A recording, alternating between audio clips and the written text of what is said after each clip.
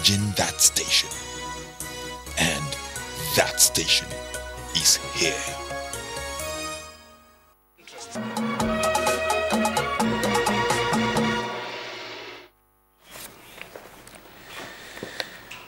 Welcome back. This is Early Edition, Thursday, and we'll be having in our studio shortly Mr. Onongie Erekosima, an advocate of non-violent movement in the Niger Delta, and is also the Foundation for Peace and Non-Violence in Nigeria. Thank you very much for coming on the program. Thank you. Thank you for having me. Now, I believe the issue of pipeline vandalism is not strange to you. Why do these youths get involved in the nefarious activities? Because the youths are the ones that have been blamed for it, most often than not. Well, the issue is very straight. The system allowed it, the system encouraged it. So until the system changes its mind, we can't stop these things. We're saying, look, there are laws that you have to practically put in place. And the system does not want to listen. The system thinks it's all rosy. I will give you an instance. There are people who work with these companies who engineer these things to happen. I had the company where I went to reconcile them and some militant group. And they started paying some money. They call it slots. I told them, look, these things you're paying, you should have an ending date. Do you know somebody from that company was angry with me because he represents his company from River State, and he makes a lot of money from that money they're paying to these people. So it's not about these people we think are doing this job. It's the system. The system must go back to itself and begin to see how best it will solve it. I was saying, look, we have a solution to this. It's not just the pipeline thing, the kidnapping, the killing, the hostage taking. All of these things can be arrested in one shot. The system should just listen to those who are on ground, who are not sleeping because these things disturbs us. Let's be specific. When you say the system, that's rather sweeping. Particularly, what are you asking? When I say the system, the method of the way we see people to benefit from these things. We just send people, you get somebody who does not even know where these creeks are, where this oil pipe is. You stay in Abuja and write a piece of paper for him to just go and take something there. He goes there and he wants to buy his way through. No, that's not the right way. We're saying, look, let's come the right way. Let things be done the proper way. But if we address one issue, outside these several issues I have mentioned, we won't get it. But we're saying, look, in this one issue, we can address all of the issues, and let's bring security back. Let people sleep with their two eyes closed. And again, we talk about every time we blame the system, every time we blame the government. Yes, the system has its own challenges. But let's look at the youths. You understand? Let's take the Niger Delta Rivers where you come. The youths are so desperate. So why are they desperate? You know, because poverty. The poverty in the land is too much. It's not peculiar to Niger Delta. It's not peculiar to a particular people. Nigeria is suffering in the midst of plenty. The reactions of these things should be reactions of the whole of Nigeria. But we endure and we pretend as if things are okay. Things are not okay. But we're now saying, look, let's go back to laws. Let's put some things right. Let the system, let the government, let those people in authority, let us look back to ourselves and say, where are we getting it wrong? We're saying, look, this is television. We may not mention everything here. But we're saying, look, we can arrest these things and bring back sanity in less than a few months. But the government, the system, those in authority must take time to listen to those people who are on ground. We know these people. We live with them. They are our brothers. They are our friends. They live with us. Why would it be difficult to take them out?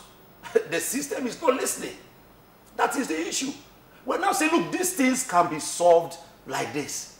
But nobody is interested because everybody makes money from what is wrong. How can it be solved, Onenge? How can we get this youth off this nefarious activity? Let me give you, I have a lot of instances. In the Niger Delta, there was a time family members, organizations, everybody would write to companies and tell them, you must give me this, you must give me Christmas bonus, you must do this. I went to the Commissioner of Police. He listened to me.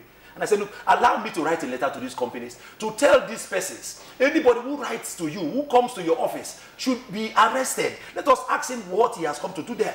Is he working in the office that you as a company, you must give him a Christmas bonus? And it ended in less than a few months. We wrote letters to the companies. We said, anybody who writes you such letters, call the police, call us, let us identify the person, let us know why, community land, community this, and you keep paying. That thing has stopped. It's just, see, we need to go back to wisdom, to understand it. It's not by force. It's not by sending military people to kill people. It's not by It's not by force. So we are saying, look, there is a way out. With understanding, we can wash ourselves, we'll become our brother's keeper, then this thing will end. It's not to the benefit of anybody. I have a lot of instances in the Niger Delta. There are companies, there are workers who negotiate these things to happen because they are in charge of the security, they are in charge of the financing, they are in charge of the maintenance, and something has to go wrong for them to make money. So they use people that they ought not to use ordinarily. And we know these things. So we are saying, look, if you listen to us, we will tell you where it's coming from. Then we will tell you how you get to commit the people to not going to this, to resisting these things. That's the issue. You don't send in army. Army will go there and see some good pleasure on the tail. They don't want to leave. What has happened in Niger Delta, where military men will kill people because they did not see militants to kill. They kill innocent people and say they are killing militants. We're making very sweeping allegations. I am telling you evidence that I have. All right. Now you did mention that poverty. I don't know. Should we cite poverty as an excuse for criminal tendencies and activities? No. We're saying in the midst of poverty, there is a solution. In the midst of crisis, there is a solution. Where we are now, poverty took us there. We're pushed to the world. Well, we're saying, look, some persons are reacting positively. Some are reacting in the right way that is affecting all of us. We're now saying, look, let's come on board. Let's now listen, look at this in where it has pushed us to, and see where we can solve it from. But if you want to solve fire with fire, you will just put up another big thing that will not end. We cannot stop a problem that was created with the same mind in the same way. Those are the issues. These problems were created, people were crying, people were saying, look, they have different reasons for what they are doing, which actually they don't even represent the people. And in Abia State, we hear that what the governor did there was to hold the host communities accountable to whatever happens to the pipelines running through their communities. Would that be a solution? It can't be. But it's helpful. No, what I'm saying is that who is the host community? We are saying, look, there are ways you will involve individuals in the community. What are these ways? That's what we want to Good. hear from you. These people who are doing it, there are things they have. That's why I'm saying this is television. I may not mention everything here for security reasons. There are things they have that we will take back from them and make them get committed practically. We commit them practically. I keep telling people the civil defense is an advantage we have in this country. We are not using it. The civil defense should be a mediator between the people and the government, where the people can have confidence that I can tell this man anything and he would not reveal where it's coming from. By the time we begin to have these things, you will see that these people are not spirits. But we're not using them. When I went to Ateke Tom to come out of the creek and all this kind of stuff, the agreement I had with him was that his boys are going to wash themselves. They accepted. But by the time they came out, the system took everything off me and nobody's washing anybody now.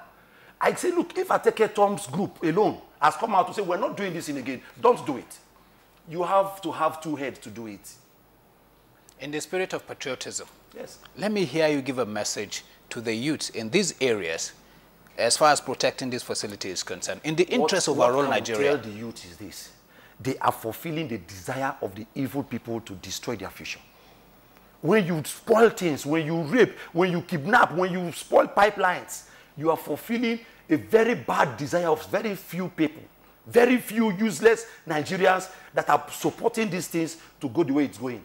So the young men should resist these things. Do you think we have enough laws to punish those offenders? It's not about punishment now. It's not about punishment. See, there are people you punish now, you even make things worse. How would you punish people without a law? These laws have no effect. We are saying, let us put effective laws on the ground. Then when you go beyond it, even the people, they will look for you. It is the people that will look for you. I have told you about Ateke Tom. If his boys come out and say, look, River State, we're not doing again. Don't do again. You have to have two heads to do. The people will look for you. And then you bring the law. They talk about this, they talk about different things. By the time the people understand that these protections of all these things are their rights, you will see how it will change. But the people does not understand it. They are not involved in any way. They are not attached to anything. They are just being used. The people are just being used. Like you're saying, governor is saying to the community, who is community? Everybody is community. But we are saying, look, let this community begin to understand that this is their own. And it has to start from an individual. But we're now saying, look, this law we're talking about will have a starting date. While we'll now tell people, look, this is your right. Like information. In River State at the time, they were like, anybody who gives information to the police, there was something for you. You see people beginning to implicate very innocent people. just because they want to get something for themselves. It ought not to be so. Giving of information is your right. It helps you, it saves you, it protects you. These are the things our people don't know. And you blind us because it may be tomorrow you want to rig an election. That's why you're blinding us. But we're saying if you reveal this into us, that will even stop the rigging of election and all those things that is benefiting you. You will be in a better, safer place tomorrow. Why blind us from the truth? Because if you protect one truth, tomorrow there are other things you want to do because you want to be in power. Or there is a system that feels that this is how we must go. Then they don't. That's the fact. There is a system that believes these things must go like this. Otherwise, if the truth comes out like this, we will not be able to rig election. We will not be able to do certain things that are benefiting us and our children.